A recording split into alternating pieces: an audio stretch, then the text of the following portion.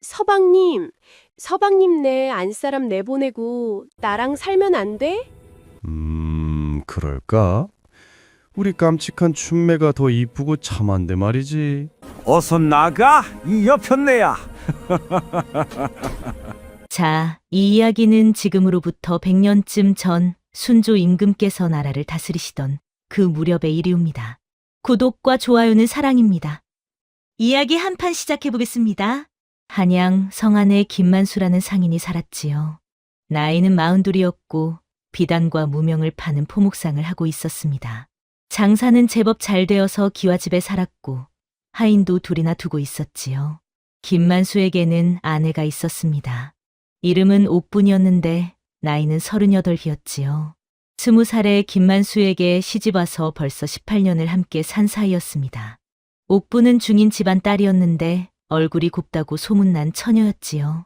하지만 세월이 흐르면서 얼굴에는 주름이 생겼고 허리는 굽었으며 손은 거칠어졌습니다. 옥분은 부지런한 아내였습니다. 새벽같이 일어나 밥을 짓고 빨래를 하고 바느질을 했지요. 남편 뒷바라지를 하며 살림을 꾸려나갔습니다. 김만수가 장사를 시작할 때도 옥분이 도왔습니다.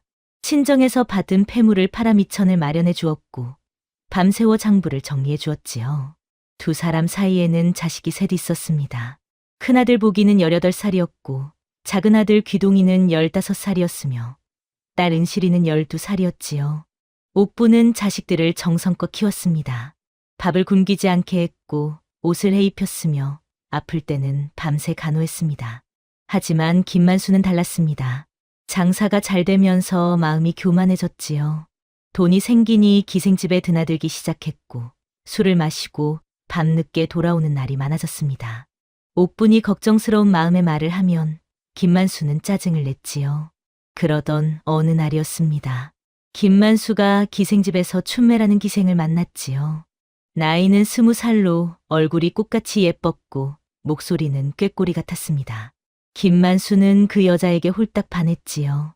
매일같이 기생집에 가서 술을 마시고 춘매에게 비단을 사주고 비녀를 사주었습니다. 석 달쯤 지났을 때였습니다. 김만수가 집에 돌아와 옥분에게 말했지요. 춘매를 첩으로 드리겠소. 옥분은 귀를 의심했습니다. 18년을 함께 산 남편이 세 자식의 아버지가 기생을 첩으로 드리겠다니 믿을 수가 없었지요. 옥분은 떨리는 목소리로 말했습니다. 안 됩니다, 영감. 저와 자식들이 있는데 어찌 첩을 드린다 하십니까? 김만수가 얼굴을 붉히며 소리쳤습니다. 이것 봐라. 질투가 심하구만. 내 돈으로 첩을 드리는데 당신이 무슨 상관이오. 옥분은 눈물을 흘리며 애원했습니다. 제발 그러지 말라고, 자식들 생각해서라도 그러지 말라고 말했지요. 하지만 김만수는 들은 척도 하지 않았습니다. 오히려 화를 더 냈지요. 보름 뒤 김만수는 정말로 춘매를 집으로 데려왔습니다. 춘매는 화려한 옷을 입고 비녀를 꽂고 들어왔지요. 옥분을 보더니 코웃음을 쳤습니다. 옥분은 가슴이 찢어지는 것 같았지만 참았습니다. 자식들을 위해서라도 참아야 했지요. 하지만 춘매는 옥분을 괴롭히기 시작했습니다. 밥이 맛없다고 투정을 부렸고 방이 좁다고 불평했으며 옥분을 하인 부리듯이 했지요. 김만수는 춘매 편만 들었습니다. 옥분이 뭐라 하면 질투한다고 야단쳤지요. 석 달이 지났습니다. 옥분은 견딜 수가 없었습니다. 어느 날 김만수에게 말했지요. 이렇게는 못 살겠다고 춘매를 내보내든지 자기가 나가든지 하겠다고 말했습니다. 김만수가 차갑게 웃으며 말했습니다. 그렇다면 당신이 나가시오. 질투가 심한 여편네는 칠거지하게 해당하오. 나는 당신을 내쫓을 권리가 있소. 옥부는 그 말에 정신이 아찔했습니다. 내쫓는다고? 18년을 함께 산 아내를 내쫓는다고? 옥부는 무릎을 꿇고 빌었습니다. 잘못했다고, 다시는 불평하지 않겠다고, 그러니 제발 쫓아내지 말라고 애원했지요. 하지만 김만수는 고개를 저었습니다. 이미 마음을 정했다는 듯이 말했지요. 당장 짐을 싸서 나가라고, 이 집에서 나가라고 소리쳤습니다. 옥부는 자식들에게 달려갔습니다. 큰아들 보기에게 말했지요. 아버지를 말려달라고, 어머니를 쫓아내지 말라고 말해달라고 빌었습니다. 하지만 보기는 고개를 돌렸습니다.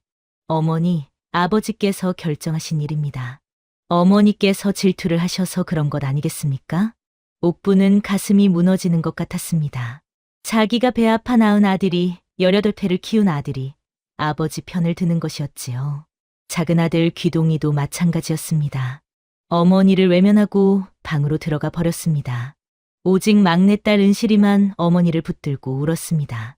가지 마시라고, 어머니 없이는 못 산다고 울부짖었지요. 옥부는 은실이를 안고 함께 울었습니다. 하지만 김만수는 냉정했습니다. 옥분의 짐을 내다 던지고 대문 밖으로 밀어냈지요. 옥부는 대문 밖에 주저앉아 울었습니다. 18년을 살던 집에서 자식들을 두고 이렇게 쫓겨나는 것이었습니다. 은실이가 어머니를 따라 나오려 했지만 김만수가 붙들었습니다. 딸은 아버지 집에 있어야 한다고, 어머니를 따라가면 안 된다고 말했지요. 은실이는 울부짖었지만 옥부는 고개를 저었습니다. 가지 말라고, 아버지 말씀 잘 들으라고, 어머니는 괜찮다고 말했습니다. 옥부는 진보다리 하나를 들고 터벅터벅 걸어갔습니다. 뒤돌아보니 은실이가 대문 앞에서 울고 있었지요. 옥부는 눈물을 닦고 걸음을 재촉했습니다. 돌아보면 마음이 약해질 것 같았습니다. 어디로 가야 할까요? 친정으로 가야 할까요?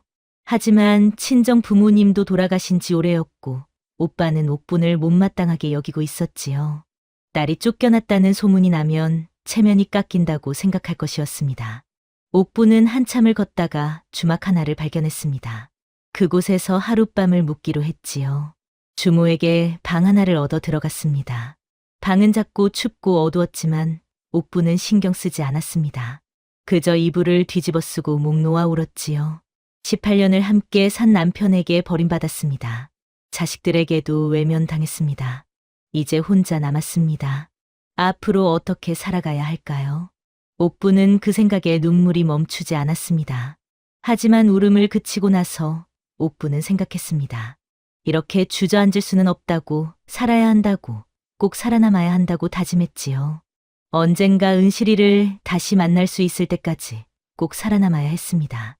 다음 날 아침 옥부는 주막을 나왔습니다. 어디로 가야 할지 막막했지요. 일단 오빠 집으로 가보기로 했습니다.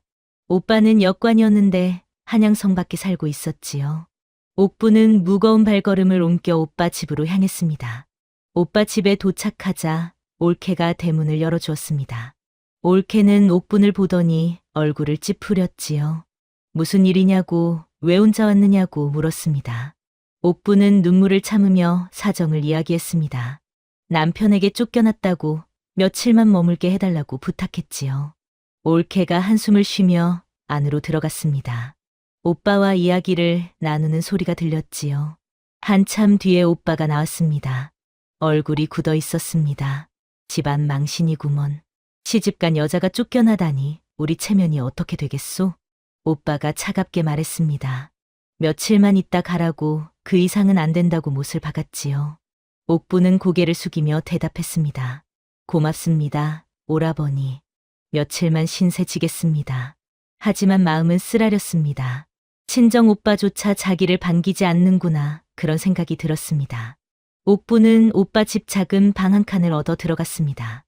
낮에는 올케를 도와 집안일을 했고 밤에는 혼자 눈물을 흘렸지요. 은실이가 보고 싶었습니다. 보기와 귀동이도 보고 싶었습니다. 아무리 자기를 외면했어도 그들은 옥분이 낳은 자식들이었으니까요. 사흘이 지났습니다. 오빠가 옥분을 불렀지요. 그리고 조심스럽게 말했습니다. 이제 나갈 곳을 알아봐야 하지 않겠느냐고, 계속 여기 있을 수는 없다고 말했습니다. 옥부는 알고 있었습니다. 자기가 오빠 집에 짐이 된다는 것을 말입니다. 옥부는 고개를 끄덕이며 나가겠다고, 방을 알아보겠다고 대답했지요. 다음 날 옥부는 성 안으로 들어가 새 방을 알아봤습니다. 돈이 별로 없었기에 싼 방을 찾아야 했지요. 한참을 돌아다니다가 성 안쪽 좁은 골목에 있는 허름한 방 하나를 발견했습니다. 방은 몹시 작았습니다. 어른 하나 누우면 꽉 찰 정도였지요. 벽은 금이 가 있었고 창문은 닫히지 않았으며 바닥은 차가웠습니다. 하지만 값이 쌌습니다. 집주인 할멈이 말했지요. 한 달에 100냥이면 되네. 밥은 알아서 해먹고 옥부는 그 방을 얻었습니다. 할멈에게 한 달치 방값을 주고 방으로 들어갔지요. 짐 보따리를 풀고 주저앉았습니다. 이제 정말로 혼자가 되었구나 그런 생각이 들었습니다. 그날 밤 옥부는 잠을 이루지 못했습니다. 바람이 창문 틈으로 들어와 몸이 얼어붙을 것 같았지요. 이불도 얇았고 방바닥도 차가워서 몸을 웅크리고 떨었습니다. 옥부는 생각했습니다. 어떻게 살아야 할까, 무엇을 해서 먹고 살아야 할까, 그런 생각이 머릿속을 가득 채웠습니다. 다음 날 아침, 옥부는 일어나 시장으로 나갔습니다. 일자리를 찾아야 했지요. 시장을 돌아다니며 물었습니다. 일할 곳이 없느냐고 무엇이든 하겠다고 말했습니다. 한 주막 주모가 옥분을 불렀습니다. 설거지하고 청소할 사람 찾는데 할 수 있겠소? 하루에 10량 주겠소. 옥부는 고개를 끄덕이며 대답했습니다. 할 수 있습니다. 무엇이든 하겠습니다. 일은 고되었습니다. 아침부터 저녁까지 쉬지 않고 설거지를 하고 바닥을 닦고 빨래를 했지요. 손은 트고 허리는 아팠으며 발은 부어올랐습니다. 하지만 옥부는 참았습니다. 살기 위해서는 일을 해야 했으니까요. 열흘이 지났습니다. 옥부는 하루에 엽전 10량씩 벌었지요. 한 달이면 300량을 벌 수 있었습니다. 하지만 방값이 100량이고 밥값이 150량쯤 들었으니 남는 돈은 50량밖에 없었습니다. 이것으로는 살 수 없었습니다. 옥부는 더 많이 벌어야 했지요. 옥부는 낮에는 주막에서 일하고 저녁에는 남의 집 바느질을 해주기 시작했습니다. 밤늦게까지 바늘을 들고 옷을 기웠지요. 한 달이 지났습니다. 옥부는 조금씩 돈을 모았습니다. 하지만 몸은 점점 지쳐갔지요. 제대로 먹지도 못했고 잠도 제대로 자지 못했습니다. 얼굴은 수척해졌고 몸은 앙상해졌습니다. 어느 날 밤이었습니다. 옥부는 바느질을 하다가 그만 손가락을 찔렀지요. 피가 흘러나왔습니다. 옥부는 피를 빨며 생각했습니다. 언제까지 이렇게 살아야 할까? 이렇게 힘들게 살아서 무엇이 남을까? 그런 생각이 들었습니다. 그때 은실이 얼굴이 떠올랐습니다. 대문 앞에서 울던 은실이, 어머니를 붙들고 가지 말라던 은실이가 생각났지요. 옥부는 눈물을 닦았습니다. 포기할 수 없었습니다. 은실이를 위해서라도 살아야 했습니다. 옥부는 다시 바늘을 들었습니다. 그리고 계속 바느질을 했지요. 손가락에서 피가 나도 멈추지 않았습니다. 2달이 지났습니다. 옥부는 어느 날 시장을 지나가다가 떡 파는 할멈을 보았습니다.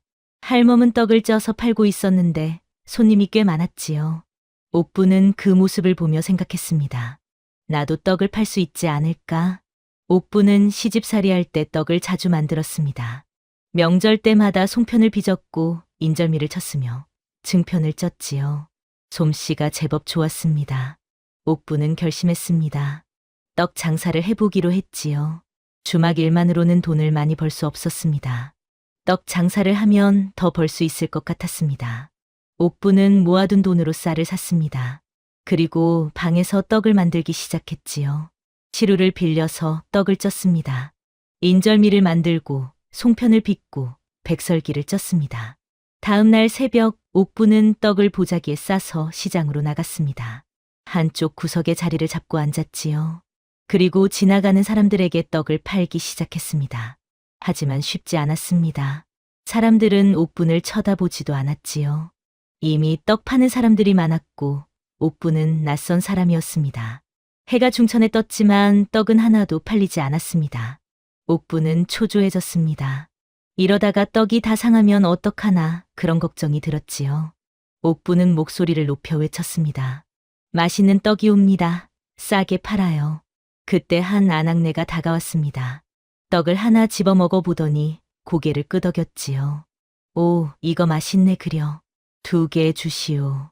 옥부는 기뻐서 떡을 싸주었습니다. 그 아낙네가 다른 사람들에게 말했습니다. 저 떡이 맛있다고 한번 먹어보라고 권했지요. 그러자 사람들이 하나둘씩 모여들었습니다. 떡을 사기 시작했습니다. 해가 질 무렵 옥분의 떡은 모두 팔렸습니다. 옥부는 번 돈을 세어봤습니다. 엽전 30량이었지요. 주막에서 사흘 일한 것보다 많았습니다. 옥부는 웃음이 났습니다. 할 수 있겠다는 생각이 들었지요. 떡 장사로 먹고 살 수 있겠다는 확신이 들었습니다. 그날 밤, 옥부는 오랜만에 편안하게 잠들었습니다. 힘들었지만 희망이 보이기 시작했습니다.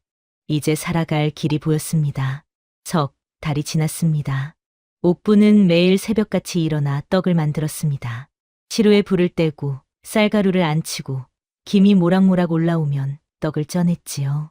인절미도 만들고 송편도 빚고 백설기도 쪘습니다. 그리고 보자기에 싸서 시장으로 나갔습니다.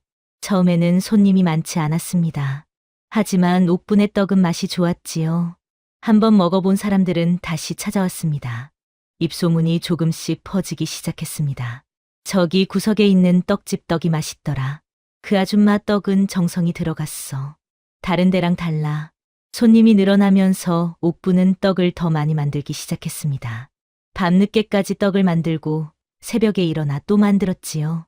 잠은 서너 시간밖에 자지 못했지만 옥부는 개의치 않았습니다. 돈을 벌 수 있다는 것만으로도 행복했습니다. 주막일은 그만두었습니다. 떡 장사만으로도 충분히 벌 수 있었거든요. 하루에 50냥, 많을 때는 100냥까지 벌었습니다. 반값을 내고 밥을 먹고 쌀을 사고도 돈이 남았지요. 옥부는 남는 돈을 항아리에 모았습니다. 언젠가 큰 가게를 차리고 싶었습니다. 그리고 은실이를 찾아가고 싶었지요. 떡 장사로 성공한 모습을 보여주고 싶었습니다. 반년이 지났을 때였습니다. 옥부는 시장에서 떡을 팔고 있었는데 낯익은 얼굴이 지나갔지요. 옥부는 깜짝 놀랐습니다. 큰아들 복이었습니다. 복이는 옥분을 보지 못했습니다. 친구들과 함께 웃으며 지나갔지요. 옥부는 보기를 불러 세우고 싶었지만 참았습니다. 보기가 부끄러워할 것 같았습니다. 어머니가 시장에서 떡을 팔고 있다는 것을 알면 말입니다. 옥부는 보기 뒷모습을 한참 바라봤습니다. 많이 컸구나, 어느새 어른이 되었구나, 그런 생각이 들었지요. 가슴이 아팠지만 참았습니다. 며칠 뒤 또 다른 낯익은 얼굴을 보았습니다. 이번에는 작은 아들 귀동이었지요. 귀동이도 친구들과 함께 시장을 지나갔습니다. 옥분을 보지 못했습니다. 옥분은 자식들을 볼 때마다 가슴이 아팠습니다. 하지만 다가가지 않았습니다. 자식들이 자기를 외면했던 그날을 기억했습니다. 아버지 편을 들었던 그 순간을 잊을 수 없었지요. 1년이 지났습니다. 옥분의 떡은 시장에서 제법 유명해졌습니다. 사람들이 일부러 옥분 떡을 사러 왔지요. 옥분은 돈을 제법 모았습니다. 항아리에 은자가 가득 찼습니다. 옥분은 생각했습니다. 이제 작은 가게를 하나 얻을 수 있겠다고, 시장 한쪽에 자리를 잡고 떡집을 열 수 있겠다고 말입니다. 옥분은 시장 주인을 찾아갔습니다. 그리고 빈 가게 하나를 얻고 싶다고 말했지요. 시장 주인이 고개를 끄덕이며 한쪽 구석에 있는 작은 가게를 보여주었습니다. 이 가게는 한 달에 200냥이요. 낼 수 있겠소? 옥부는 고개를 끄덕였습니다. 낼 수 있다고, 가게를 얻겠다고 대답했지요. 시장 주인은 옥분을 빤히 보더니 말했습니다. 당신 떡 솜씨가 좋다는 소문 들었소. 열심히 하시오. 옥부는 그 가게를 얻었습니다. 작았지만 지붕이 있고 벽이 있고 문이 있는 가게였지요. 옥부는 기뻤습니다. 드디어 자기 가게를 갖게 되었습니다. 옥부는 가게를 정리했습니다. 바닥을 닦고 벽을 닦고 선반을 만들었지요. 그리고 떡을 진열할 판을 놓았습니다. 가게 앞에는 옥분네 떡집이라고 쓴 간판을 달았습니다. 가게를 연 첫날 손님들이 찾아왔습니다. 옥분 떡을 사 먹던 단골들이었지요. 사람들이 축하한다며 떡을 샀습니다. 축하하오. 아줌마, 이제 제대로 된 가게를 차렸구먼. 옥부는 눈물이 날 것 같았지만 참았습니다. 그리고 웃으며 떡을 팔았지요. 그날 하루에 150냥을 벌었습니다. 지금까지 중 가장 많이 번 날이었습니다. 하지만 기쁨도 잠시 문제가 생겼습니다. 옆 가게에서 떡을 파는 할멈이 찾아온 것이지요. 할멈은 옥분을 보며 얼굴을 찌푸렸습니다. 당신이 여기서 떡을 판다고? 나도 여기서 떡을 파는데 손님을 빼앗아 가면 어떻게 하겠소? 옥부는 당황했습니다. 하지만 차분하게 대답했지요. 할멈, 시장이 넓으니 손님도 많을 것이오. 걱정 마시오. 하지만 할멈은 화를 냈습니다. 자기가 10년 넘게 여기서 장사를 했는데 새로운 사람이 손님을 빼앗아 간다고 소리쳤지요. 옥부는 미안하다고 열심히 하겠다고 말했습니다. 할멈은 코웃음을 치며 돌아갔습니다. 하지만 그 후로 할멈은 옥분을 괴롭히기 시작했지요. 옥분 가게 앞을 지나갈 때마다 헛기침을 했고 다른 사람들에게 옥분 떡이 별로라고 말하고 다녔습니다. 옥분은 신경 쓰지 않으려 했습니다. 하지만 힘들었지요. 할멈뿐만 아니라 다른 떡장수들도 옥분을 싫어했습니다. 새로 온 사람이 장사를 잘한다고 시샘했던 것입니다. 어느 날 옥분은 가게에서 떡을 팔고 있었습니다. 그런데 한 남자가 다가왔지요. 낯익은 얼굴이었습니다. 김만수였습니다. 옥분은 숨이 멎는 것 같았습니다. 김만수가 여기에 왜 왔을까? 무슨 일로 왔을까? 그런 생각이 들었지요. 김만수도 옥분을 알아봤습니다. 눈이 마주쳤습니다. 김만수가 다가왔습니다. 그리고 비웃듯이 말했습니다. 오, 이게 누구요? 떡장사를 하고 있었소? 옥분은 아무 대꾸도 하지 않았습니다. 그저 김만수를 빤히 바라봤지요. 김만수가 계속 말했습니다. 쫓겨난 주제에 여기서 이런 장사를 하고 있다니. 쪽팔리지도 않소? 내 체면이 어떻게 되겠소? 옥분은 참았던 말이 목구멍까지 올라왔지만 삼켰습니다. 화를 내봤자 좋을 게 없었습니다. 옥분은 조용히 말했지요. 영감은 영감길 가시고 저는 제 길 가겠습니다. 김만수가 코웃음을 쳤습니다.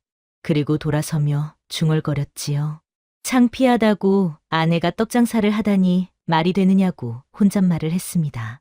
옥분은 김만수 뒷모습을 보며 생각했습니다. 나를 버린 사람이 무슨 상관인가. 이제 나는 내 길을 간다. 그렇게 마음을 다잡았습니다. 그날 밤 옥분은 눈물을 흘렸습니다. 하지만 포기하지 않기로 했습니다. 더 열심히 해서 더 많이 벌어서 성공한 모습을 보여주기로 했지요. 석 달이 더 지났습니다. 옥분의 떡집은 조금씩 자리를 잡아갔습니다. 아침 일찍 나와 떡을 만들고 손님들에게 정성껏 팔았지요. 떡 하나하나에 정성을 들였습니다. 쌀가루는 곱게 빻았고 소는 달콤하게 만들었으며 모양도 예쁘게 빚었습니다. 손님들은 옥분 떡을 먹고는 고개를 끄덕였지요. 맛있다고, 정성이 들어갔다고, 다음에 또 오겠다고 말했습니다. 하지만 옆 가게 할멈은 여전히 옥분을 괴롭혔습니다. 할멈은 다른 떡장수들을 모아놓고 옥분 흉을 봤지요. 새로운 것이 주제도 모르고 장사를 잘한다고 우리 손님을 빼앗아 간다고 수군거렸습니다. 어느 날 아침이었습니다. 옥분이 가게 문을 열려는데 문 앞에 오물이 뿌려져 있었습니다.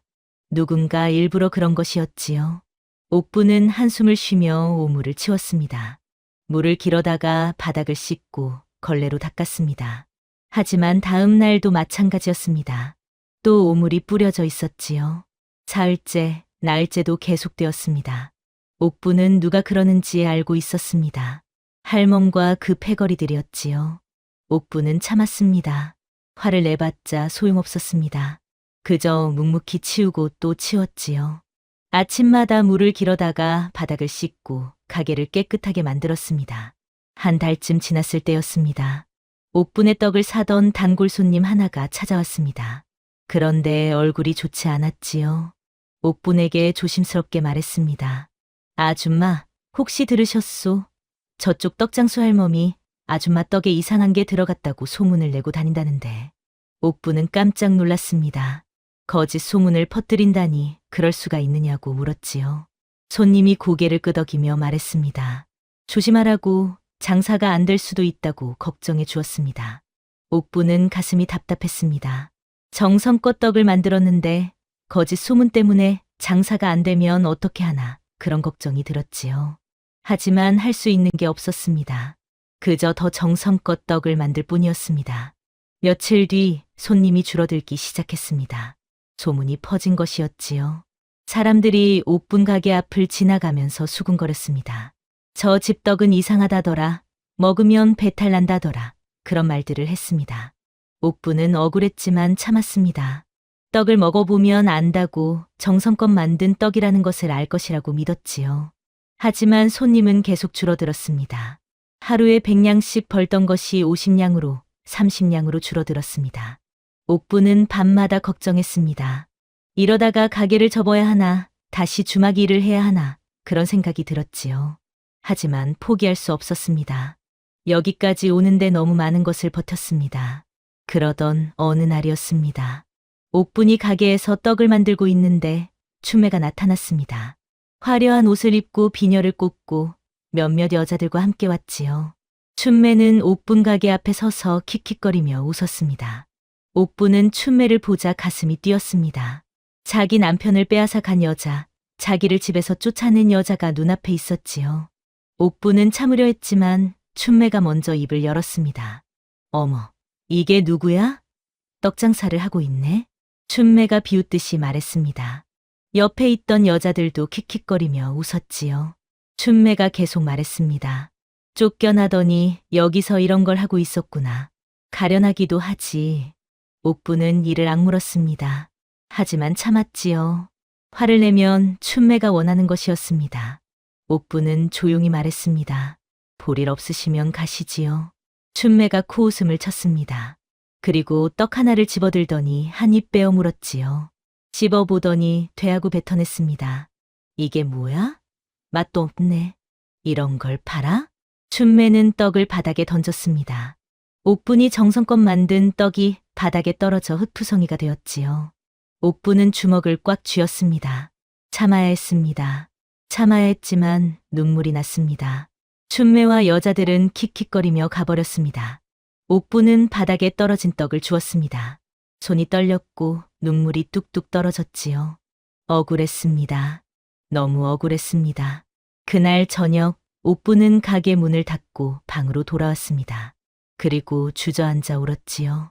얼마나 울었을까요? 눈물이 다 마를 때까지 울었습니다. 하지만 울음을 그치고 나서 옥분은 다짐했습니다. 포기하지 않겠다고, 끝까지 해보겠다고, 꼭 성공하겠다고 마음먹었지요. 다음 날 아침 옥분은 여느 때처럼 일찍 일어났습니다. 떡을 만들고 가게로 나갔지요. 손님은 여전히 적었지만 옥분은 포기하지 않았습니다. 떡을 정성껏 만들고 웃으며 손님을 맞이했습니다. 며칠이 지났습니다. 그런데 이상한 일이 생겼습니다. 단골 손님 하나가 다른 사람을 데리고 왔지요. 그리고 말했습니다. 이 집 떡이 정말 맛있다고, 소문은 거짓말이라고, 한번 먹어보라고 권했습니다. 그 사람이 떡을 먹어보더니 눈이 휘둥그레졌습니다. 정말 맛있다고, 이런 떡은 처음이라고 감탄했지요. 그리고 여러 개를 샀습니다. 그 후로 조금씩 손님이 다시 늘어나기 시작했습니다. 한번 먹어본 사람들은 알았습니다. 소문이 거짓이라는 것을, 옥분 떡이 정말 맛있다는 것을 말입니다. 한 달쯤 지나자 손님은 예전보다 더 많아졌습니다. 소문을 이기고 살아남았다는 것이 오히려 옥분에게 유리하게 작용했지요. 사람들은 말했습니다. 저 집 떡은 진짜 맛있다고, 거짓 소문에도 불구하고 살아남은 떡집이라고 말했습니다. 옥분은 기뻤습니다. 힘들었지만 이겨냈구나, 포기하지 않기를 잘했구나, 그런 생각이 들었지요. 하지만 할멈은 여전히 옥분을 싫어했습니다. 가끔 옥분 가게 앞을 지나가며 헛기침을 했고 인상을 찌푸렸지요. 옥분은 신경 쓰지 않았습니다. 그저 자기 일에만 집중했습니다. 어느 날 저녁이었습니다. 옥분이 가게 문을 닫으려는데 한 여자아이가 다가왔습니다. 얼굴을 보니 은실이었습니다. 옥분은 심장이 멎는 것 같았습니다. 은실이가 여기에 왔다니 믿을 수가 없었지요. 은실이도 옥분을 알아봤습니다. 그리고 달려와 옥분을 껴안았습니다. 어머니, 은실이가 울먹이며 말했습니다. 옥분도 은실이를 껴안고 울었지요.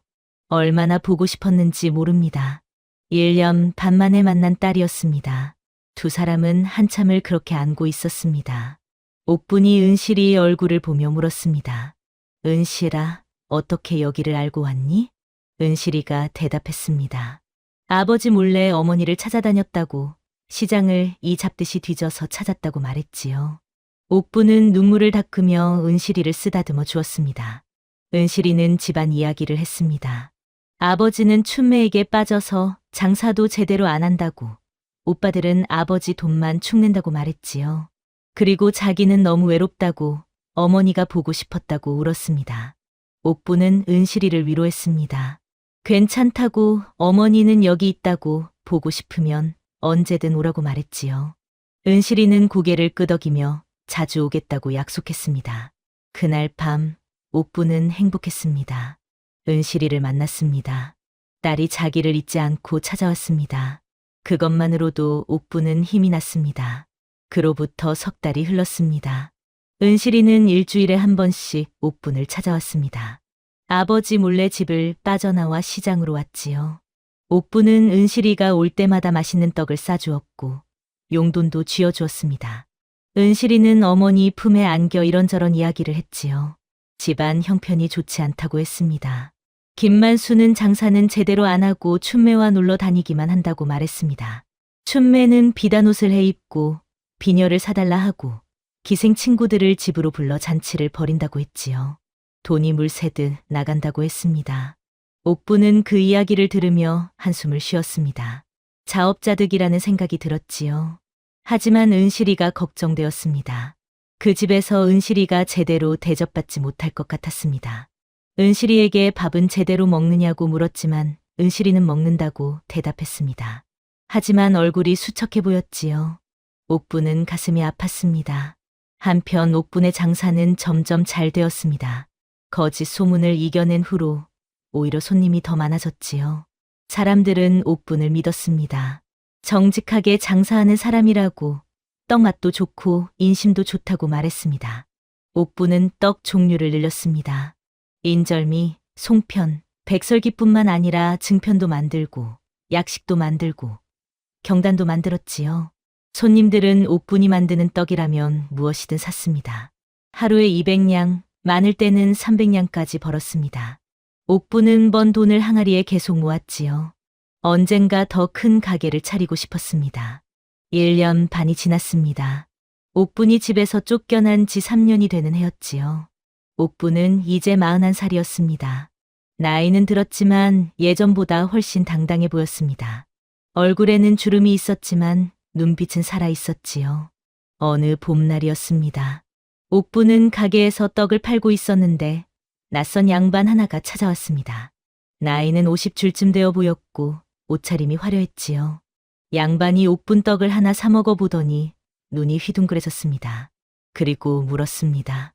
혹시 궁궐에 떡을 납품할 생각이 없소? 옥부는 깜짝 놀랐습니다. 궁궐이라니 그런 큰 곳에 떡을 납품할 수 있다니 믿기지 않았지요. 옥분이 어리둥절한 표정을 짓자 양반이 설명했습니다. 자기는 궁중 진상을 담당하는 관리라고 중궁전에서 쓸 떡을 찾고 있다고 말했습니다.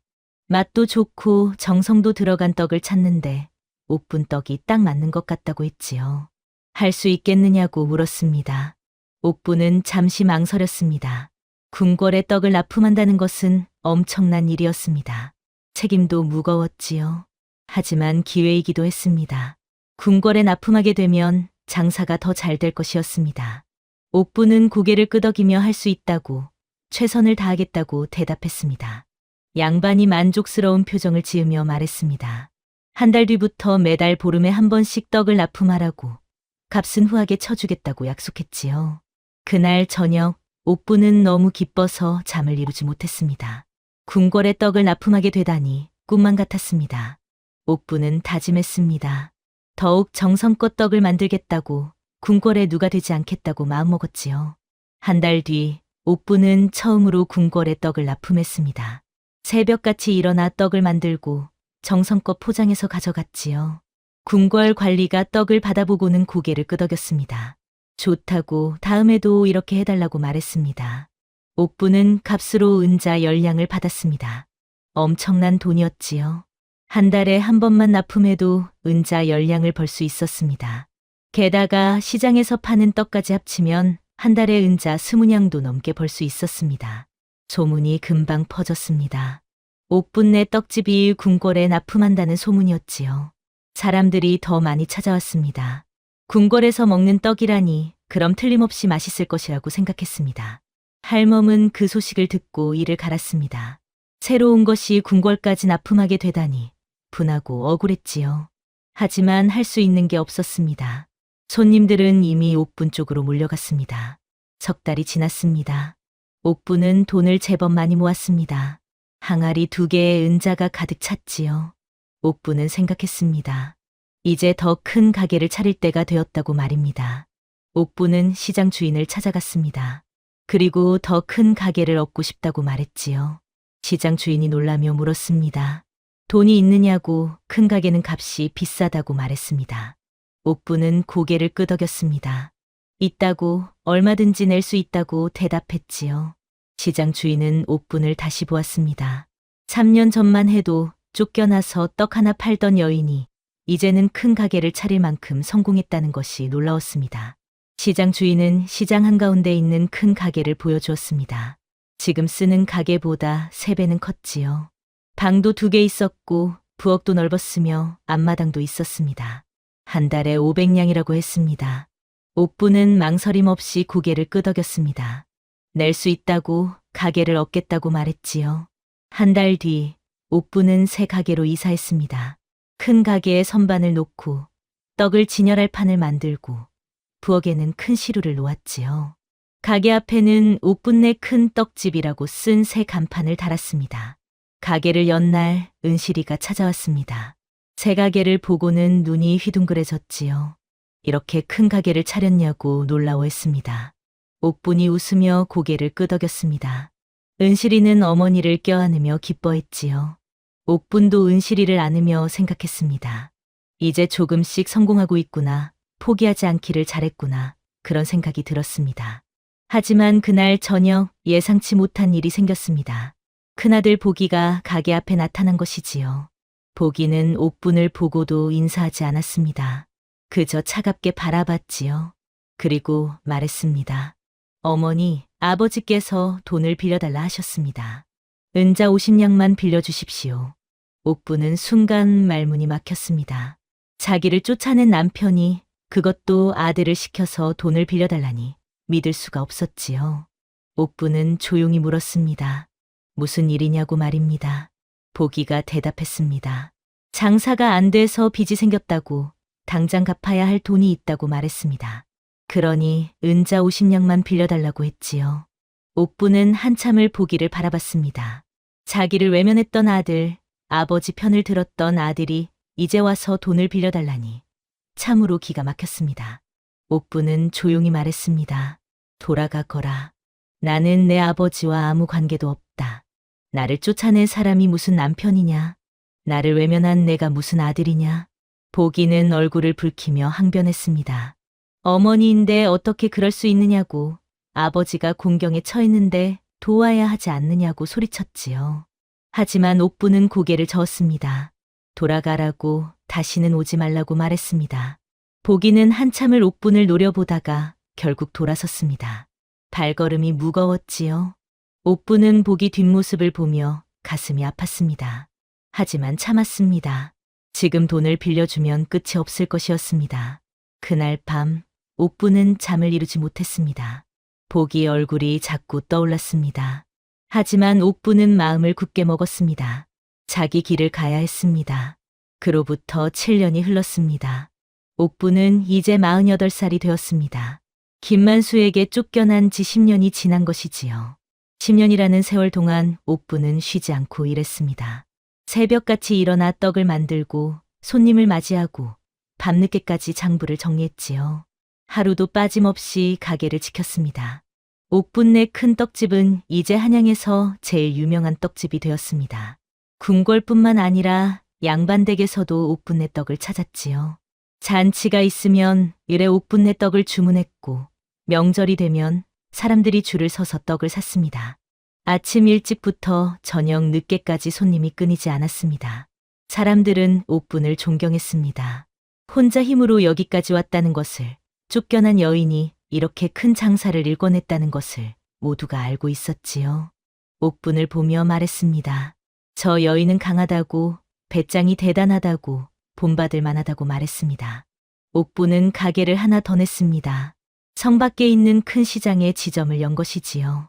그곳에는 일꾼 2명을 고용해서 떡을 팔게 했습니다. 일꾼들도 옥분을 따랐습니다.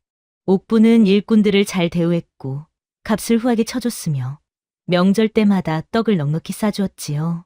두 가게에서 벌어들이는 돈은 한 달에 은자 100냥이 넘었습니다. 상상도 못할 큰 돈이었지요. 10년 전 작은 방에서 떡 하나 팔던 옥분이 이제는 한양에서 손꼽히는 부자가 되었습니다. 옥분은 처음 살던 작은 방을 떠나 기와집을 샀습니다. 방도 4개나 되고 마당도 넓고 부엌도 큰 집이었지요. 대청마루도 있었고 사랑채도 따로 있었습니다. 혼자 살기에는 너무 큰 집이었지만 옥분은 만족했습니다. 언젠가 은실이와 함께 살 수 있을 거라고 믿었습니다. 옥분은 집을 꾸몄습니다. 마당에는 꽃을 심었고 연못도 팠으며 정자도 지었지요. 옥분은 일이 끝나면 정자에 앉아 하늘을 바라보곤 했습니다. 10년이라는 시간이 참 길었다는 생각이 들었습니다. 은실이는 이제 22이 되었습니다. 혼인할 나이가 되었지만 아직 시집을 가지 않았지요. 옥분은 은실이에게 좋은 혼처를 알아봐 주겠다고 했지만 은실이는 고개를 저었습니다. 아버지 집에 있기 싫다고 어머니와 함께 살고 싶다고 말했습니다. 옥분은 은실이를 데려오고 싶었습니다. 하지만 조선법도에 따른 아버지 집에 있어야 했지요. 혼인을 해야만 아버지 집을 떠날 수 있었습니다. 옥분은 안타까웠지만 기다릴 수밖에 없었습니다. 은실이는 여전히 일주일에 한 번씩 옥분을 찾아왔고 두 사람은 함께 시간을 보냈습니다. 한편 김만순의 집안은 기울어지고 있었습니다. 김만순은 장사를 제대로 하지 않았고 춘매는 돈만 축냈지요. 비단 옷을 해입고 금비녀를 사고 친구들과 놀러 다니며 돈을 물쓰듯 했습니다. 김만수는 춘매가 하자는 대로 다 해주었습니다. 사랑에 눈이 멀어 분별력을 잃은 것이지요. 빚이 쌓여갔습니다. 처음에는 이웃에게 빌렸고 다음에는 전당포에서 빌렸으며 나중에는 사채업자에게까지 손을 벌렸습니다. 이자가 눈덩이처럼 불어났지요. 기와집도 팔았고 하인도 내보냈으며 가재도구도 하나씩 팔아치웠습니다. 이제는 작은 집 한 칸에서 근근히 살아가고 있었습니다. 보기와 귀동이도 제대로 된 일을 하지 못했습니다. 아버지가 물려줄 재산이 없으니 스스로 돈을 벌어야 했지요. 하지만 일하는 법을 배우지 못한 두 아들은 이곳저곳을 떠돌며 품팔이를 했습니다. 하루 일하고 엽전 몇 냥 받는 것이 전부였습니다. 두 아들은 후회했습니다. 그때 어머니를 따라갔더라면, 어머니 편을 들었더라면 지금쯤 잘 살고 있을 거라고 생각했지요. 하지만 이미 늦었습니다. 어머니는 자기들을 용서하지 않을 것 같았습니다. 춘매는 김만수에게서 받을 게 없다는 것을 알고 떠나버렸습니다. 어느 날 갑자기 짐을 싸서 나가더니 다시 돌아오지 않았지요. 다른 부자를 찾아간 것이었습니다. 김만수는 혼자 남아 후회했습니다. 옥분을 쫓아낸 것을, 춘매에게 빠진 것을, 모든 것을 후회했지만 이미 늦었습니다. 김만수는 밤마다 술을 마셨습니다. 그리고 옥분을 생각했지요. 18년을 함께 산 아내, 자기를 위해 헌신한 아내를 쫓아낸 것을 후회했습니다. 하지만 다시 돌아갈 수는 없었습니다. 어느 가을날이었습니다. 옥분은 가게에서 떡을 팔고 있었는데 문 밖에서 누군가 서성이는 모습이 보였습니다. 자세히 보니 김만수였지요. 김만수는 옥분을 보고 들어올까 말까 망설이고 있었습니다. 옷은 남루했고 얼굴은 수척했으며 머리는 희끗희끗했지요. 등은 굽었고 걸음걸이는 힘이 없었습니다. 10년 전에 그 기세등등하던 모습은 온데간데 없었습니다. 옥분은 김만수를 알아봤습니다. 하지만 모른 척했지요. 손님들에게 떡을 팔고 웃으며 인사했습니다. 김만수는 한참을 서 있다가 결국 가게 안으로 들어왔습니다. 김만수가 조심스럽게 옥분을 불렀습니다. 옥분은 고개를 들어 김만수를 바라봤지요. 아무 말도 하지 않았습니다. 그저 빤히 바라봤습니다. 김만수는 그 시선을 견디기 힘들었습니다. 김만수가 말을 이어갔습니다. 미안하다고, 그때 잘못했다고, 용서해달라고 말했지요. 목소리가 떨렸습니다. 그리고 도와달라고 빌었습니다. 돈이 필요하다고, 빚을 갚아야 한다고, 제발 도와달라고 애원했습니다. 무릎을 꿇으려고까지 했습니다. 옥분은 한참을 김만수를 바라봤습니다. 10년 전 자기를 내쫓던 그 사람, 질투한다고 소리치던 그 사람, 춘매를 끌어들인 그 사람이 이제 와서 용서를 빌고 있었지요. 옥분은 여러 가지 감정이 들었습니다. 분노도 있었고 연민도 있었으며 슬픔도 있었습니다. 하지만 옥부는 결심했습니다. 더 이상 이 사람과 엮이지 않겠다고 말입니다. 옥부는 조용히 말했습니다. 영감, 나는 이미 당신과 아무 관계도 없소. 10년 전 당신이 나를 쫓아냈을 때 우리 사이는 끝났소. 김만수가 무릎을 꿇었습니다. 그리고 빌었지요. 제발 한 번만 도와달라고. 다시는 이런 일이 없을 것이라고 맹세했습니다. 눈물까지 흘렸습니다. 하지만 옥부는 고개를 저었습니다. 나가시오. 당신이 있을 곳이 아니오. 김만수는 한참을 무릎 꿇고 있었습니다. 하지만 옥부는 고개를 돌렸지요. 결국 김만수는 일어나 비틀거리며 가게를 나갔습니다. 뒷모습이 처량했습니다. 며칠 뒤 이번에는 보기와 귀동이가 함께 찾아왔습니다. 두 아들도 10년 만에 보는 것이었지요. 보기는 28이 되었고 귀동이는 25이 되었습니다. 두 사람 모두 수척하고 초라해 보였습니다. 옷은 기워 입었고 신발은 낡았으며 얼굴은 햇볕에 그을려 있었습니다. 보기가 먼저 입을 열었습니다. 어머니, 저희가 잘못했습니다. 그때 아버지 편을 든 것, 어머니를 외면한 것 모두 잘못이었습니다. 귀동이도 고개를 숙이며 말했습니다. 용서해달라고 다시 어머니 아들로 받아달라고 빌었지요. 그리고 도와달라고 했습니다. 아버지 빚 때문에 온 가족이 길거리에 앉게 생겼다고 제발 도와달라고 애원했습니다. 옥부는 두 아들을 바라봤습니다. 자기 배 아파 낳은 아들들이었습니다. 18년을 키운 아들들이었지요. 하지만 그 아들들이 자기를 외면했던 그날을 잊을 수 없었습니다. 대문 앞에서 울던 자기를 그 아들들은 외면했습니다. 옥부는 물었습니다. 정말로 잘못을 뉘우치느냐고, 진심으로 용서를 구하느냐고 말했지요. 보기와 귀동이가 고개를 끄덕이며 그렇다고 대답했습니다. 진심이라고, 정말로 후회한다고 말했습니다. 옥부는 한참을 생각했습니다. 그리고 말했습니다. 너희가 잘못을 뉘우친다면 이제부터 스스로 살아가거라. 내가 도와주면 너희는 또 나태해질 것이다. 일을 배우고 돈을 벌고 스스로 살아가는 법을 배워라. 나도 그렇게 살았다. 보기가 항변했습니다. 어머니가 이렇게 부자가 되었는데 자식을 도와주지 않느냐고, 그게 말이 되느냐고 소리쳤지요. 귀동이도 울먹였습니다. 어머니가 너무 매정하다고 자식을 버리는 것이냐고 말했습니다. 옥부는 차갑게 대답했습니다. 도와주는 것과 스스로 살게 하는 것은 다르다고. 자기는 아무 도움 없이 여기까지 왔다고. 너희도 그렇게 해야 한다고 말했습니다. 진짜 사랑은 스스로 서게 하는 것이라고 말했지요. 두 아들은 실망한 표정으로 돌아갔습니다. 옥부는 그 뒷모습을 보며 가슴이 아팠지만 참았습니다. 지금 도와주면 아들들은 평생 기대며 살 것이었습니다. 그것은 진짜 도움이 아니었습니다. 일주일 뒤 은실이가 옥분을 찾아왔습니다. 그리고 말했습니다. 아버지가 빚쟁이들에게 쫓기고 있다고, 집도 빼앗길 지경이라고 말했지요.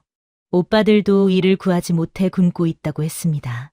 은실이 얼굴에 걱정이 가득했습니다. 옥부는 은실이를 보며 물었습니다. 자기가 도와줘야 하느냐고, 자기를 쫓아낸 사람들을 도와줘야 하느냐고 말했지요. 은실이는 고개를 저었습니다. 어머니, 저는 어머니 편입니다. 어머니께서 어떤 결정을 하시든 따르겠습니다. 어머니가 하시는 일이 옳습니다. 옥부는 은실이를 껴안았습니다. 고맙다고, 은실이가 있어서 버틸 수 있었다고 말했지요. 은실이도 어머니를 꽉 안았습니다. 두 사람은 한참을 그렇게 안고 있었습니다. 그날 밤, 옥부는 오랜만에 편안하게 잠들었습니다. 10년 동안 쉬지 않고 달려왔습니다. 이제는 당당했습니다. 누구에게도 기죽지 않았습니다. 옥부는 자기가 자랑스러웠습니다. 한 달이 지났습니다. 김만순의 집안은 완전히 무너졌습니다. 빚쟁이들이 집까지 빼앗아갔고 가족들은 길거리로 내몰렸지요. 김만수는 친척 집을 전전하며 얻어 살았고 보기와 귀동이는 주막에서 허드레시를 하며 끼니를 때웠습니다. 소문이 퍼졌습니다. 옥분내 큰 떡집 주인의 옛 남편이 거지가 되었다는 소문이었지요. 사람들은 수군거렸습니다. 아내를 쫓아낸 벌을 받는 것이라고, 자업자득이라고 말했습니다. 하지만 동시에 옥분을 비난하는 사람들도 있었습니다. 아무리 그래도 옛 남편과 자식들을 그렇게 내버려 둘 수 있느냐고 너무 매정하다고 말했지요. 옥부는 그 소문을 들었습니다. 하지만 흔들리지 않았습니다. 자기가 옳다고 믿는 길을 가기로 했지요. 도와주는 것이 진짜 도움이 아니라는 것을, 스스로 서게 하는 것이 진짜 사랑이라는 것을 알고 있었습니다. 하지만 마음 한구석은 불편했습니다. 아무리 자기를 쫓아낸 사람들이라고 해도 18년을 함께 산 남편이었고 자기 배 아파 낳은 자식들이었지요. 그 사람들이 고생한다는 소식을 들으니 가슴이 아팠습니다. 어느 겨울날이었습니다. 눈이 펑펑 내리는 날이었지요. 옥부는 가게 문을 닫고 집으로 돌아가려던 참이었습니다. 그런데 가게 앞에 누군가 쓰러져 있었습니다. 자세히 보니 복이었습니다. 추위에 떨고 있었고 얼굴은 창백했으며 입술은 파랗게 질려 있었지요. 옥부는 깜짝 놀라 보기를 흔들었습니다. 보기가 가까스로 눈을 떴습니다. 어머니. 보기가 힘없이 중얼거렸습니다. 옥부는 보기를 부축해 가게 안으로 데려갔지요. 그리고 따뜻한 물을 먹이고 이불을 덮어주었습니다. 보기는 한참 만에 정신을 차렸습니다. 보기가 말했습니다. 아버지가 병이 났다고, 추위와 굶주림으로 쓰러졌다고 말했지요. 약을 사야 하는데 돈이 없다고, 이대로 가면 아버지가 죽을 것 같다고 울먹였습니다. 제발 도와달라고, 이번만 도와달라고 빌었습니다. 옥부는 보기를 보며 생각했습니다. 김만수가 죽는다고? 자기를 쫓아낸 그 사람이 지금 죽어가고 있다고? 복잡한 감정이 들었습니다. 미워하고 싶었지만 한편으로는 안타까웠습니다. 옥부는 한참을 고민했습니다. 그리고 결심했지요.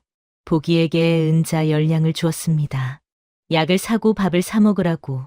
하지만 이게 마지막이라고 말했습니다. 더 이상은 도와줄 수 없다고, 이제부터는 스스로 살아야 한다고 단단히 일렀습니다. 보기는 눈물을 흘리며 고개를 숙였습니다. 고맙다고, 평생 잊지 않겠다고 말했지요. 옥부는 보기를 보내고 한숨을 쉬었습니다. 며칠 뒤 은실이가 찾아왔습니다. 그리고 말했습니다.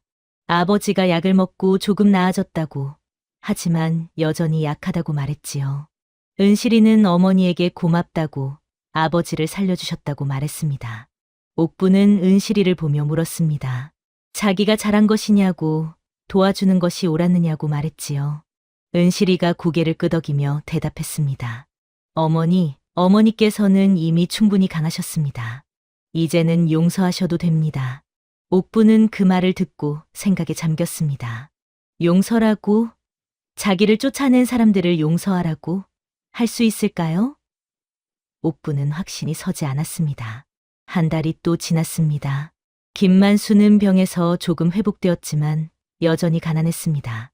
보기와 귀동이는 열심히 일했습니다. 주막에서 설거지를 하고 짐을 나르고 품을 팔았지요. 하루하루 근근히 살아갔습니다. 그러던 어느 날이었습니다. 옥부는 가게에서 일하다가 문득 창밖을 내다봤습니다. 눈이 내리고 있었지요. 10년 전 그날도 이렇게 눈이 내렸습니다. 쫓겨나던 그날, 혼자 눈속을 걸어가던 그날이 떠올랐습니다. 옥부는 생각했습니다. 그때 얼마나 외로웠을까, 얼마나 무서웠을까, 그런 생각을 했지요. 그리고 지금 김만수와 아들들도 그렇게 느끼고 있을 거라는 생각이 들었습니다. 옥부는 결심했습니다. 가게 문을 닫고 떡을 고자기에 싸서 김만수가 있는 곳으로 갔습니다. 친척 집 뒤편에 있는 작은 헛간이었지요. 김만수는 그곳에서 지내고 있었습니다. 옥분이 문을 열자 김만수가 깜짝 놀라 일어났습니다. 옥분을 보고는 어찌할 바를 몰라 했지요. 옥분은 떡을 내려놓으며 조용히 말했습니다. 이걸 드시오. 추운 날씨에 몸 상할 것이오. 김만수는 눈물을 흘렸습니다. 고맙다고, 미안하다고, 잘못했다고 연신 말했지요. 옥부는 고개를 끄덕이고는 돌아서려 했습니다. 그때 김만수가 말했습니다. 옥분, 나는 당신을 잃고 나서야 당신이 얼마나 소중한 사람이었는지 알았소. 10년 동안 후회했소. 당신에게 용서를 구할 자격도 없다는 것을 알지만 그래도 말하고 싶소. 정말 미안하오. 옥부는 김만수를 보며 한참을 서 있었습니다. 그리고 조용히 말했습니다. 영감, 나도 많이 생각했소. 미움과 원망으로 살고 싶지 않소. 하지만 용서는 쉽지 않소. 시간이 필요하오. 김만수는 고개를 끄덕였습니다. 이해한다고 기다리겠다고 말했지요. 옥부는 돌아섰습니다. 집으로 돌아가는 길, 옥부는 마음이 한결 가벼워진 것을 느꼈습니다. 미움을 내려놓으니 숨통이 트이는 것 같았지요. 아직 완전히 용서할 수는 없었지만 그래도 한 걸음 나아간 것 같았습니다. 며칠 뒤 옥부는 보기와 귀동이를 불렀습니다. 그리고 제안했습니다. 자기 가게에서 일하지 않겠느냐고 월급을 주겠다고 말했지요. 하지만 조건이 있다고 했습니다. 열심히 일해야 한다고, 게으름을 피우면 당장 내보낼 것이라고 단단히 일렀습니다. 보기와 귀동이는 눈물을 흘리며 고개를 숙였습니다. 고맙다고, 열심히 하겠다고 약속했지요. 옥부는 두 아들을 보며 생각했습니다. 기회를 한 번 더 주는 것이 나쁘지 않을 것 같다고 말입니다. 두 아들은 정말로 열심히 일했습니다. 새벽같이 나와 떡을 만들고 손님을 맞이하고 청소를 했지요. 불평 한마디 없이 묵묵히 일했습니다. 한 달이 지나고 두 달이 지나자 두 아들은 제법 일을 배웠습니다. 옥부는 두 아들을 보며 흐뭇해했습니다. 사람은 변할 수 있구나, 고생을 해봐야 철이 드는구나, 그런 생각이 들었지요. 반년이 지났습니다. 보기와 귀동이는 돈을 모아 작은 방 하나를 얻었습니다. 그리고 아버지를 모셔왔지요. 김만수는 아들들이 번 돈으로 밥을 먹고 옷을 입고 조금씩 건강을 회복했습니다. 어느 날 저녁이었습니다. 옥부는 집 정자에 앉아 석양을 바라보고 있었습니다. 은실이가 옆에 와서 앉았지요. 두 사람은 말없이 하늘을 바라봤습니다. 은실이가 조용히 말했습니다. 어머니, 어머니는 정말 대단하세요. 혼자 힘으로 여기까지 오셨잖아요. 옥분이 웃으며 대답했습니다. 은실아, 어머니가 여기까지 올 수 있었던 건 내가 있었기 때문이란다. 내가 어머니를 잊지 않고 찾아와 줬으니까 말이야. 두 사람은 서로를 껴안았습니다. 따뜻한 석양빛이 두 사람을 감싸 안았지요.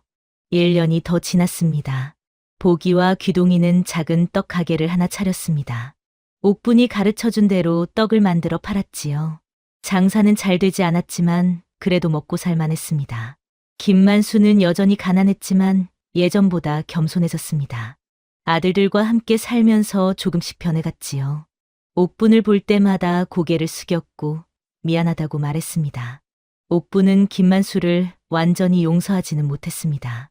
하지만 미워하지도 않았지요. 그저 남처럼 대했습니다. 가끔 떡을 보내주고 명절 때는 쌀을 보내주었습니다. 하지만 더 이상 관계를 회복하려 하지는 않았습니다. 사람들은 옥분을 보며 말했습니다. 저 여인은 강하다고, 지혜롭다고, 본받을 만하다고 말했지요. 옥분은 그 말을 듣고 웃었습니다. 자기는 그저 살아남으려고 발버둥 쳤을 뿐이라고 생각했습니다. 그로부터 5년이 더 흘렀습니다. 옥분은 이제 53살이 되었습니다.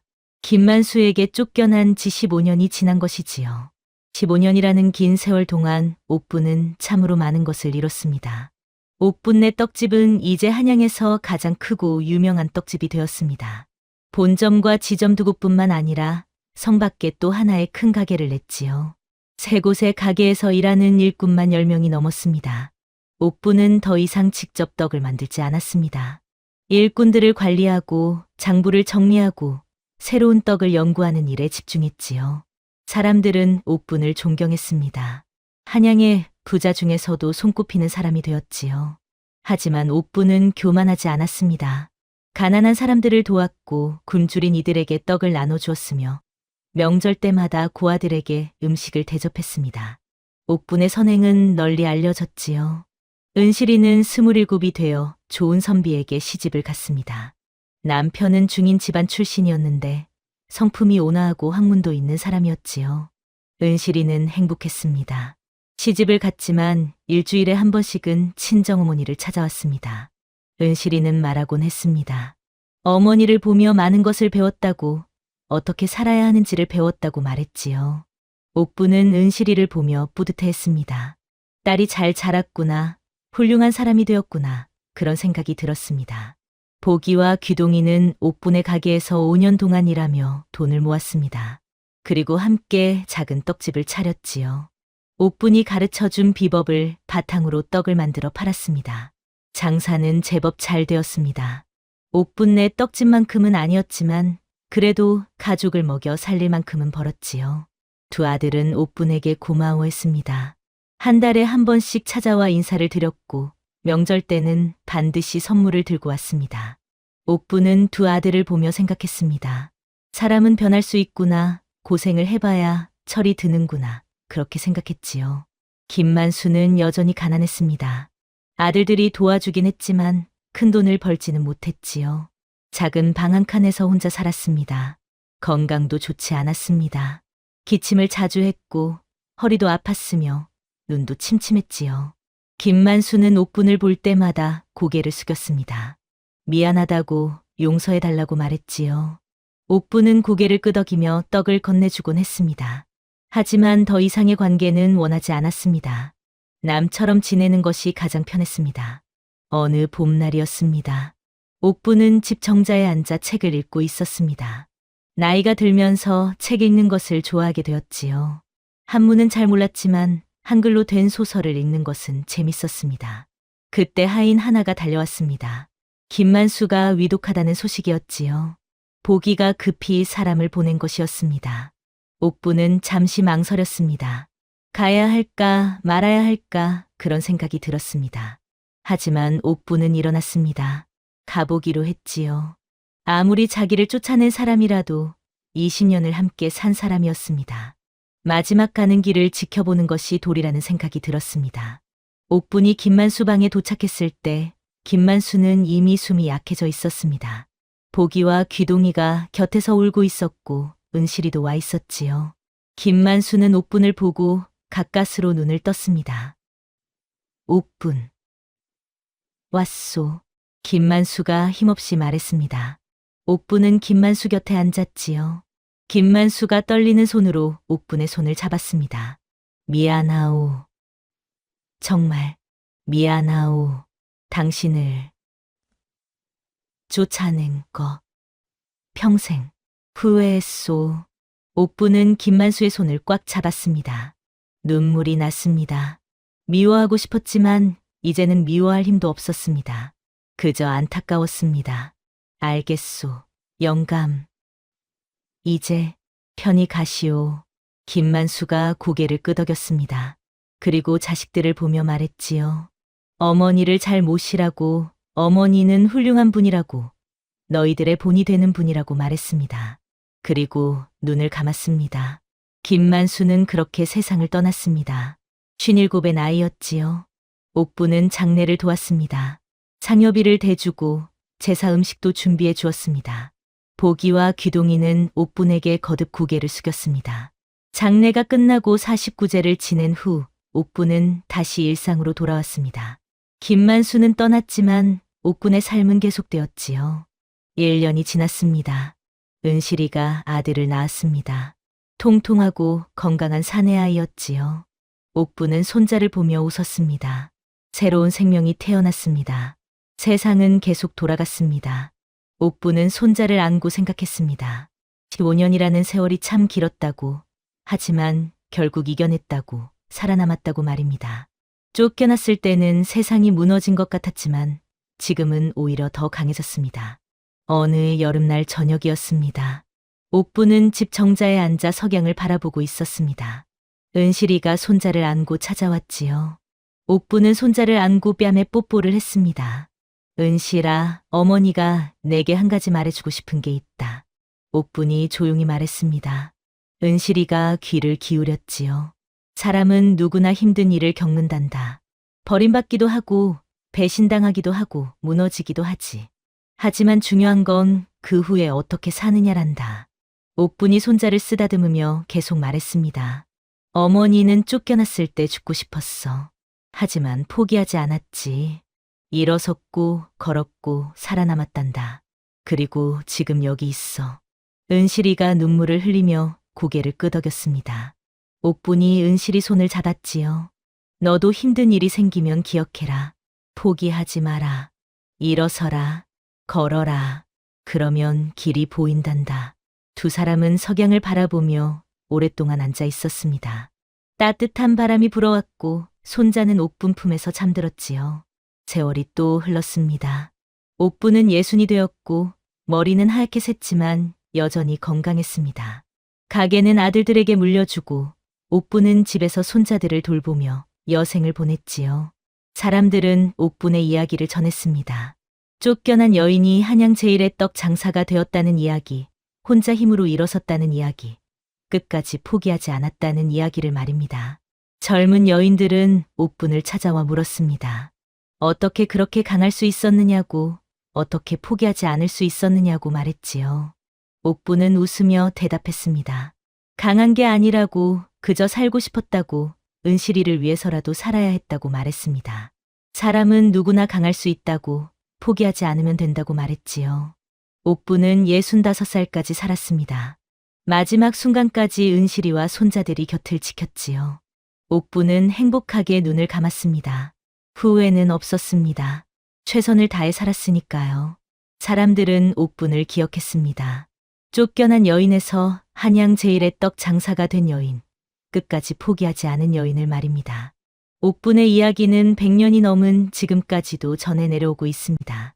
이 이야기가 우리에게 전하는 교훈은 명확합니다.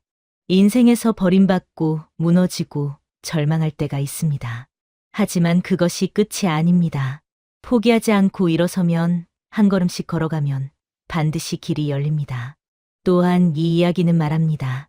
진짜 사랑은 의존하게 만드는 것이 아니라 스스로 서게 하는 것이라고 말입니다. 옥분이 아들들을 바로 도와주지 않은 것은 매정해서가 아니라 진정으로 그들이 강해지기를 바랐기 때문입니다. 그리고 마지막으로 이 이야기는 말합니다. 용서는 상대를 위한 것이 아니라 자기 자신을 위한 것이라고 말입니다. 옥분이 김만수를 완전히 용서하지는 못했지만 미움을 내려놓았을 때 비로소 진정한 평화를 얻었습니다. 150년이 지난 지금도 사람들은 이 이야기를 기억하며 말합니다. 옥분처럼 살자고, 포기하지 말자고, 끝까지 걸어가자고 말합니다. 그리고 그 말을 되새기며 오늘도 한 걸음 한 걸음 나아가고 있습니다.